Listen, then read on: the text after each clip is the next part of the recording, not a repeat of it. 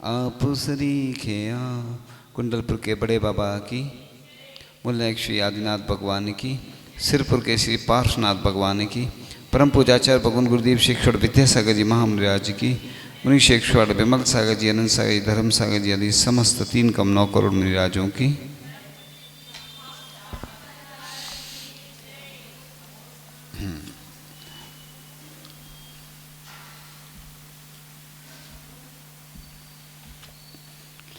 आज़ादी का अमृत महोत्सव चल रहा है और विगत दिनों हमने चर्चा की थी कि किस प्रकार से इस जैन धर्म के निमित्त से हमारे जैन बंधुओं ने आज़ादी में योगदान दिया था।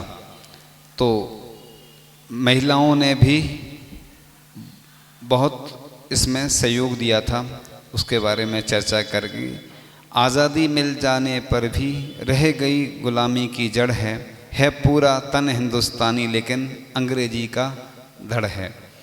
प्राकृत हिंदी रोती है, मूल रूप से प्राकृत जैन धर्म में ही है, संस्कृत भारतीय भाषा है, हिंदी भाषा अब अंग्रेजी की चांदी है, कुछ समझ नहीं आता हमको, हाय कैसी आज़ादी है।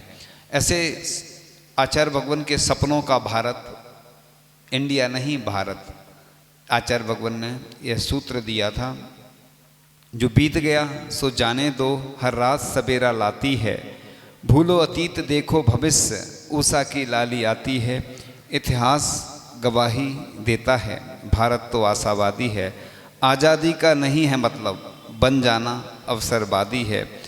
तो इस प्रकार से जिन जिन लोगों ने इस देश को आज़ाद करने में सहयोग दिया है, उसी कारण से हम स्वतंत्र रूप से धर्म का पालन कर रहे हैं। जिस प्रकार से घर में देखते हैं कि कोई व्यक्ति हो सकता है दुकान चला रहा होगा, कोई घर के काम कर रहा होगा और उसके निमित्त से हम यहाँ पर धर्म ध्यान कर रहे हैं। तो हमारे जो भी सहयोगी रहते हैं, कहते हैं ना कि साधुओं का स्वभाव होता है कि किए हुए उपकार को नहीं भूलना। आज सब स्वार्थी होते जा रहे हैं।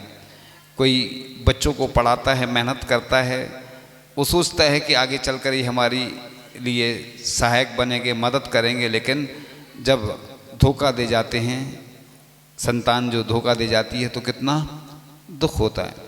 तो प्रेम से दिल को जीत सके ऐसे शमशीर की ज़रूरत है, अमन को प्रकाश दे सके ऐसे सूर्य की ज़रूरत है, बारूद के ढेर पर बैठी हुई दुनिया को आज अहिंसा के प्रवर्तक भगवान महावीर की ज़रूरत है। तो महावीर भगवान के सिद्धांत पहले भी कार्यकारी थे। एक बार अमेरिका में, या देश कोई भी हो सकता है, वहाँ पर वैज्ञानिकों की तस्वीर लगी हुई थी, फोटो। तो सब फोटो जितनी भी साइंटिस्ट थे, वैज्ञानिकों की फ़ोटो लगी थी, उससे महावीर भगवान की थोड़ी सी ऊपर लगी हुई थी फ़ोटो। तो किसी ने पूछा कि सबकी फ़ोटो तो बराबर लगी है, ये महावीर भगवान की फ़ोटो थोड़ी सी ऊंची क्यों लगी है? तो किसी व्यक्ति ने कहा, उधर के जो व्यक्ति था उसने कहा कि ये जैन धर्म के 24वें तीर्थंकर हैं महावीर भगवान, इन्होंने जो भी कहा है इनकी वाणी आज तक असत्य नहीं हुई है, इसलिए इनकी फ़ोटो थोड़ी से ऊपर लगाई गई है। तो ये होती है, तुमने उजड़े हुए गुलशन को खिलाया होता, अरे किसी टूटे हुए रिश्ते को मिलाया होता, बम और रॉकेट के बनाने की बात पीछे थी, अरे पहले इंसान तो बनाया होता। तो इस प्रकार से नारी केवल तुम श्रद्धा हो, पीयूष मात पगरज तल में, पीयूष सोत सी बहा करो जीवन के सुंदर समतल में। सदा सदा से रावण की तरह कुछ मायाचारी लोगों को अपने माया जाल में तरह तरह के रूप बनाकर छल कपट के साथ फंसा कर चलते हैं कभी कभी। तो भारतीय नारी को सोचना चाहिए कि हमारा देश व्यक्तिवादी नहीं समाजवादी है। तो इस प्रकार से भारत की आज़ादी में जिन लोगों ने भी योगदान दिया है बड़े गौरवशाली हैं और पुण्यशाली हैं। क्योंकि इस देश को स्वतंत्र करने में कितने कष्ट सहन किए। जब उनका इतिहास पढ़ते हैं तो हमारे रोंगटे खड़े हो जाते हैं, क्योंकि व्यक्ति जब गुलाम रहता है, हर व्यक्ति स्वतंत्र होना चाहता है, और स्वतंत्रता तभी मिलती है जब व्यक्ति उसका प्रयास करता है। एक छोटा सा प्रयास भी व्यक्ति का महत्वपूर्ण होता है, क्योंकि हमने पिछले दिनों सुनाया भी था कि किस प्रकार से कितने कष्ट सहन कर कर, जेल में यातनाएं सहन कर कर उन लोगों ने हमारे लिए बहुत कुछ दिया। उसका हमें एहसास और आभास नहीं हो सकता है। किनारों को नहीं, किश्तियों को बदलना है, मात्र ज्ञान को नहीं, आचरण भी बदलना है। समाज को सुधारने वालों इस बात को सुन लो, समाज को नहीं, पहले स्वयं को भी बदलना। कई लोग एक जगह लिखता, अरे सुधारक जगत की चिंता मत कर यार, अपना मन ही जगत है, पहले ताही सुधार। अपन पहले अपने आप को सुधारने का प्रयास करते हैं, जब अपन सुधरेंगे तो जग सुधरेगा। बोलते ना, अपना लोटा छानना, कुएं को नहीं छानना। कई बार कुआं पूरा खाली किया जाता है शुद्धिकरण करने के लिए, लेकिन झर लगी रहती है उसमें, तो पानी आता जा रहा है, अब तुम निकालते भी जा रहा है और आता भी जा रहा है। तो जिंदगी संवारने के लिए सदमार्ग पर चलना सीखो, प्रकाश बनने के लिए दीप सा जलना सीखो। औरों को सदमार्ग पर लगाना चाहते हो तो पहले खुद को सदमार्ग पर चलाना सीखो। जिस प्रकार से आज स्थितियां चल रही हैं, तो पहले देश की रक्षा के लिए वीर जवानों ने अपनी ज़िंदगी दांव पर लगाई थी। इसी प्रकार से हम देखते हैं कि राष्ट्रगान में भी जैन शब्द आता है, और राष्ट्रपिता महात्मा गांधी जो थे इस राष्ट्रगान को भजन मानते थे। और एक बार एक बहुत अच्छा प्रसंग याद आ रहा है कि हिंदुस्तान टाइम्स के संपादक थे गांधी जी के सुपुत्र देवदारू जी। गांधी द्वारा इंग्लैंड के प्रसिद्ध विचारशील लेखक जॉर्ज बर्नार्ड शॉ से पूछा गया कि आपको सबसे प्रिय धर्म कौन सा प्रतीत होता है। उनने कहा जैन धर्म। पुनः प्रश्न किया, इसका क्या कारण है? तो उनने कहा, जैन धर्म में आत्मा की पूर्ण उन्नति तथा पूर्ण विकास की प्रक्रिया बताई गई है, इस कारण मुझे जैन धर्म सबसे प्रिय है। तो देखो कितने ऐसे ऐसे महान वैज्ञानिक हुए जिन्होंने जैन धर्म को महान धर्म बनाया, लेकिन हम जैन होते हुए भी अपने धर्म को ऐसा मानते हैं कितना कष्ट देने वाला है, कितना परेशानी वाला है। लेकिन जो वास्तविकता में दार्शनिक हुए हैं, वैज्ञानिक हुए हैं, वो समझते थे कि जैन धर्म कितना महान धर्म है। तो इस प्रकार से आगे के क्रम में कि हमारे एक बार जॉर्ज अल्बर्ट आइंस्टीन ने कहा था कि मैं नहीं जानता कि मृत्यु के पश्चात भी जीवन है या नहीं, किंतु यदि यह सत्य है कि मृत्यु पश्चात भी जीवन है तो मैं चाहूँगा कि मैं भारत में पैदा हूँ, वो भी जैन धर्म में। कितना देखो महान वैज्ञानिक हुआ, उसने अपनी अंतिम इच्छा इस रूप में प्रकट की कि मैं जैन धर्म में जन्म लूँ। और अपन जैन धर्म मिलने के बाद भी कोई वो नहीं, गिनती के गिने चुने लोग है ना, गिनती अपने पूरी उंगलियों पे गिनती में आ जाएंगे। इशारा में सारा समझ गया, क्योंकि कुछ कारण रहते हैं कि पूरा पूरा नहीं बोला जाता। तो इशारा में सारा समझ गए, गिनती के लोग हैं बस, है ना। तो ऐसी स्थिति होगी तो क्या होगा। इसलिए सूरज यहीं पर उगता चंदा कहे हमारा, ये देश है सुनहरा एक शांति का सहारा, जो इसकी शरण आया उसने कहा ये प्यारा, सारे जहां से अच्छा हिंदुस्तान हमारा। और इसकी मिसाल क्या दूं, यह है वतन हमारा। महावीर स्वामी कहते अहिंसा का लो सहारा, तो कौन रिपु है ऐसा जो रह सके न्यारा, सारे जहां से अच्छा हिंदुस्तान हमारा। तो किसी ने बहुत अच्छी पंक्तियां लिखी हुई हैं कि आज स्वतंत्रता दिवस मगर मन में उमंग उत्साह नहीं, कविताएं सुनकर भी दिल से आती जुबान तक बाह नहीं। तन है मैला मन है मैला, बस ऊपर उजली खादी है, कुछ समझ नहीं आता हमको, हाय ये कैसी आज़ादी है। तो कितनी अच्छी अच्छी कविताएं लोग लिखते हैं, लेकिन हम बस सुन के बस बहुत अच्छी लगी। तो बंधु, सफलता कभी गिफ्ट से नहीं मिलती बंधु, मुक्ति कभी लिफ्ट से नहीं मिलती, मिलती हैं दुआएं गुरुवर से मुफ्त में, परंतु नास्तिक को भी दुआएं कभी नहीं फलती।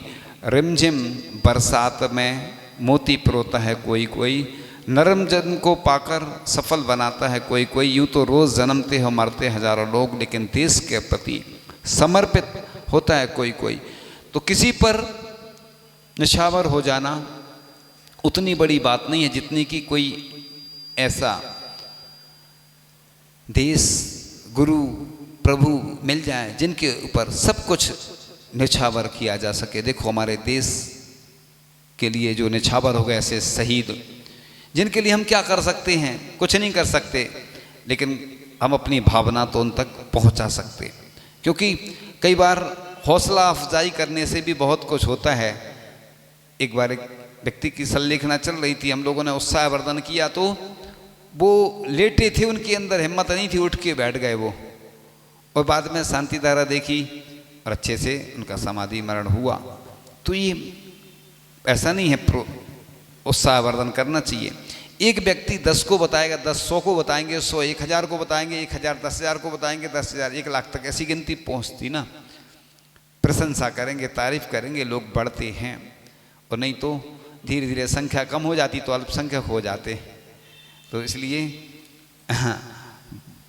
अपन इसीलिए हर कार्य की अनुमोदना करते चलें। तो पैसा जीवन में बड़ी मेहनत से मिलता है, ज्ञान जीवन में बड़ी कठिनाई से मिलता है, बड़ी मेहनत करनी पड़ती है ज्ञान के लिए भी। मेहनत से सब कुछ मिल जाता है, लेकिन भारत में जन्म बड़े नसीब से मिलता है। कोई विदेश में जन्म लेता है, ना धर्म मिलता है, ना वैसा माहौल मिलता है, ना कोई पूछने वाला होता है। इधर भारत में एक परंपरा है कि कोई बीमार हो जाता है तो लोग देखने जाते हैं, कोई का मरण हो जाता तो लोग बैठने जाते हैं। लेकिन विदेशों में ये सब नहीं चलता। विदेशों में कोई नहीं पूछने वाला, कौन मर रहा, कौन जी रहा, कहाँ रह रहा, बस उधर सब ऑनलाइन चलता है। जैसे कोरोना काल में ऑनलाइन चल रहा था ना, वैसे ही। तो आँख के बिना आदमी अंधा हो जाता है, स्नान के बिना शरीर गंदा हो जाता है, भाव के बिना बाजार मंदा हो जाता है, व्यसन खुद के गले का फंदा हो जाता है। इसलिए किसी ने बहुत अच्छी पंक्तियाँ लिखी हैं, छोटी सी जिंदगी है फिर तकरार किस लिए, रहती है दिलों में फिर दीवार किस लिए है, साथ कुछ दिनों का फिर सब जुदा जुदा, राहों में हम बिछाएं फिर सूल किस लिए। इसलिए स्वतंत्रता और स्वच्छंदता, देखो हम आज आपको बहुत अच्छे पात्रों से मिलाते हैं। एक अपने जैन धर्म के विशेष पात्र हुए हैं सम्राट चंद्रगुप्त मौर्य और चाणक्य। तो सम्राट चंद्रगुप्त मौर्य कौन थे? जैन थे। इनके समय मगध में 12 वर्ष का भयंकर दुर्भिक्ष पड़ा था। उस समय भी अपने पुत्र को राज सौंपकर अपने धर्मगुरु जैनाचार्य भद्रबाहु के साथ दक्षिण गए थे। 12 वर्ष पश्चात चंद्रगिरी पर्वत पर समाधि मरण को प्राप्त हुए थे। चंद्रगिरी कहाँ है? गोमटेश। यति वृषभ आचार्य हुए ना, जो 2वीं शताब्दी में द्वारा रचित तिल्लोय पंडिती ग्रंथ के अनुसार मुकुटधारी राजाओं में अंतिम राजा चंद्रगुप्त हुए थे, जिन्होंने दीक्षा धारण की। उनके बाद कोई भी मुकुटधारी राजा दीक्षित नहीं हुआ। अनेक शिलालेखों के आधार पर और अनेक इतिहासकार भी इन्हें जैन धर्मावलंबी स्वीकार करते हैं। उनके प्रसिद्ध महामंत्री चाणक्य थे। चाणक्य को जानते कितने नीति प्रसिद्ध है चाणक्य की, वो जैन थे, भी जैन थे। ये इतिहास हम लोगों को, जब तक हम लोगों को नहीं बताएंगे तो हमारा विश्वास यही रहता है कि वो तो सब। अभी बताया था कि बाघभट्ट एक हुए हैं आयुर्वेद के विशेषज्ञ, उनका ग्रंथ भी है। कल्याणकारकम ग्रंथ भी है, एक जैनाचार्य उग्रादित्य ने लिखा है कल्याणकारकम आयुर्वेद का ग्रंथ। आचार्य पूज्यपाद स्वामी ने भी लिखा है। ऐसी बाघभट्ट हुए प्रसिद्ध, वो जैन थे। और ये इतिहास से सिद्ध हुआ, सबरी थी ना, सबरी राम है ना, रामचंद्र को बेर खिलाए थे, वो सबरी कौन थी? जैन थी। तो इसलिए चाणक्य भी जैन थे, इन्होंने वर्षों तक जैन संघ का नेतृत्व किया। चाणक्य ने भी मंत्रित्व का भार अपने शिष्य राधा गुप्त को सौंपकर मुनि दीक्षा लेकर तपश्चरण करते हुए अंत समय में संलेखना पूर्वक देह त्याग किया। और इस प्रकार से जब तक हम इन जैनों के बारे में नहीं जानेंगे, इतिहास के बारे में नहीं जानेंगे, तब तक हम और हमारा जैन धर्म के ऊपर अटूट विश्वास नहीं बढ़ सकता है। तो चर्चा चल रही थी, देखो एक साथ में एक और प्रसिद्ध व्यक्ति हैं राजा हरसुख राय। ये कौन थे, इनके बारे में आज जानकारी करते हैं, मिलते हैं इनसे अपन। तो राजा साहब का मुख्य व्यवसाय अनेक छोटी बड़ी रियासतों के साथ लेन देन और साहूकारी का था। अब बड़े धर्मात्मा, 52 मंदिरों के निर्माता थे ये, 52 मंदिर बनवाए इन्होंने। नबीवानी उदार और दानी सज्जन थे। अनेक अभावग्रस्त साधर्मी बंधुओं को यथोचित सहायता देकर उनका स्थितीकरण करने की और गुप्त दान देने की, सामाजिक मर्यादाओं और नैतिकताओं को प्रोत्साहन देने की, निज की ख्याति मान से दूर रहने आदि की अनेक किंवदंतियाँ उनके संबंध से प्रचलित हैं। मुगल सम्राट शाहजहां के समय वे स्वयं बादशाह के निमंत्रण पर दिल्ली में आकर बस गए थे और दिल्ली के धर्मपुरा में अत्यंत भव्य कलापूर्ण एवं मनोरम जिन मंदिर निर्माण कराया था, जो 7 वर्ष में, पहले कितना समय लगता था देखो, 7 वर्ष में तैयार हुआ था, जिसमें उस समय लगभग 8 लाख रुपए की लागत आई थी। सबसे बड़ी बात यह है कि उन्होंने उक्त मंदिर पर कहीं भी अपना नाम अंकित नहीं कराया, अपितु उसमें बहुत साधारण सा निर्माण कार्य शेष छोड़कर उसके लिए समाज से सार्वजनिक चंदा किया और मंदिर को पंचायती बना दिया। इसलिए पंचायती मंदिर की परंपरा है कि कोई व्यक्ति वेदी बनाता है, कोई प्रतिमा विराजमान करता है, तो वो स्वामित्व रहता है इसलिए। और प्राय ऐसी घटना की पुनरावृत्ति उन्होंने उसी समय के लगभग अपने द्वारा निर्वापित हस्तिनापुर तीर्थ क्षेत्र के विशाल जिन मंदिर के संबंध में की थी। वह स्थान जो हस्तिनापुर था, घोर वन के मध्य उजाड़ एवं उपेक्षित पड़ा था। चारों ओर बहु सुमा परीक्षित गढ़ के गुजरों आदि के कब्जे में था, जो बहुधा सर्कस आदि। जैन धर्म और जैनों के साथ उनकी कोई सहानुभूति नहीं थी। राजा हरसुख राय ने आड़े समय में उसको 1 लाख रुपए का ऋण दिया उन लोगों को जो उधर रहते थे, और वह लौटाने आया तो लेने से इनकार कर दिया और कह दिया 1 रुपया हस्तिनापुर तीर्थ क्षेत्र के उद्धार के नाम लिख दिया गया है। अतएव राजा सहर्ष तैयार हो गया और मंदिर बन गया। पूर्ण होने पर सेठ जी ने पूरे प्रदेश की समाज को एकत्रित किया, भारी मेला किया और नाम मात्र का चंदा करके मंदिर समाज को समर्पित कर दिया। राजा हरसुख राय ने अन्य यत्र तत्र अनेक मंदिर बनवाए, किंतु किसी के साथ अपना नाम संबद्ध नहीं किया। बहुधा लोग नाम के लिए धर्म करते, किंतु कीर्ति ऐसे ही उदार माना महापुरुषों की अमर होती है, जो निस्वार्थ समर्पण भाव से ऐसे। तो कितने ऐसे लोग हैं देखो कि जिन्होंने नाम तक नहीं लिखा और बड़े बड़े काम कर दिए, लेकिन आज उनको इतिहास में जगह मिल गई। क्यों मिल गई इतिहास में जगह? क्योंकि जो बड़े बड़े काम करता है उसका नाम इतिहास में अमर हो जाता है। इसलिए ऐसे महान पुरुष जिन्होंने हमारे लिए सहयोग दिया, उनको हमें याद करना ही चाहिए, क्योंकि अगर हम याद नहीं करेंगे तो ये भी एक दोष है।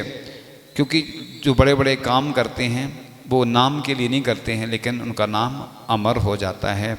इसलिए इस देश की आज़ादी के लिए जो अमृत महोत्सव चल रहा है, जिन जिन लोगों ने भी इसमें तन मन धन से सहयोग दिया है, इस देश की आज़ादी के लिए 75 वर्ष पूर्ण हो गए हैं। 75वां वर्ष चल रहा है, यानी स्वतंत्रता दिवस, अमृत महोत्सव। तो इस प्रकार से चाहे वह जैन हो चाहे जैनेतर हो, उन सब शहीदों को भी याद करना है, और जिन जो स्वतंत्रता संग्राम सेनानी हुए हैं उन सब को भी हम ऐसे समय में याद करके उनका सहयोग जो उनने दिया, जिससे इस देश को आज़ादी मिली, और उसके कारण से हम धार्मिक क्रियाएं कर रहे हैं। आगे भी इसी प्रकार से हमारे लिए आज़ादी का जो महोत्सव है मनाने का जब भी प्रसंग आए तो बस हमारी भावना यही हो कि बस इसी प्रकार से हम धार्मिक आचरण करते हुए आगे बढ़ते रहें। और इन्हीं भावनाओं के साथ आज एक नए भजन के साथ कदम कदम बढ़ाए जा गुरु के गीत गाए जा, ये जिंदगी है कीमती तू धर्म पर लुटाए जा। कदम कदम बढ़ाए जा गुरु के गीत गाए जा, तेरे लिए जगत की भक्ति बेकरार है, शिवालय की चोटियों को तेरा इंतजार है। मुक्ति से दूर है मगर मुक्ति के गीत गाए जा, कदम कदम बढ़ाए जा गुरु के गीत गाए जा, ये जिंदगी है कीमती तू धर्म पर लुटाए जा। बड़ा कठिन समय है ये बड़े कठिन है रास्ते, मगर ये मुश्किलें हैं क्या मुनीवरों के वास्ते। तो उपसर्ग से खेल परी सहू में मुस्कुराए जा, कदम कदम बढ़ाए जा गुरु के गीत गाए जा, ये जिंदगी है कीमती तू धर्म पर लुटाए जा। बिछुड़ रही है तुझसे तेरी काया तो बिछुड़ने दे, करुणा जीव की पले तो अपना सुख उजड़ने दे। मिटा के एक दूह तू हजार तन बचाए जा, कदम कदम बढ़ाए जा गुरु के गीत गाए जा, ये जिंदगी है कीमती तू धर्म पर लुटाए जा। तज के कुव्रतों को तू सुव्रतों में मन लगा, और भव भ्रमण को त्याग मुक्ति को गले लगा। बंधनों को तोड़ के निज आत्मा को पाए जा, कदम कदम बढ़ाए जा गुरु के गीत गाए जा, ये जिंदगी है कीमती तू धर्म पर लुटाए जा। इस प्रकार से आज का यह प्रसंग पूर्ण हुआ और अल्पसंख्यक से बहुसंख्यक बने आप लोग। बहुसंख्यक समझ गए ना, बहु की संख्या बढ़े है ना, सास की नहीं बढ़े। जिनवाणी के ज्ञान थे सूझे लो कालो, सो वाणी मस्तक नमो सदा दे तू दो। हे जिनवाणी भारती माँ तो ही जपो दिन रैन,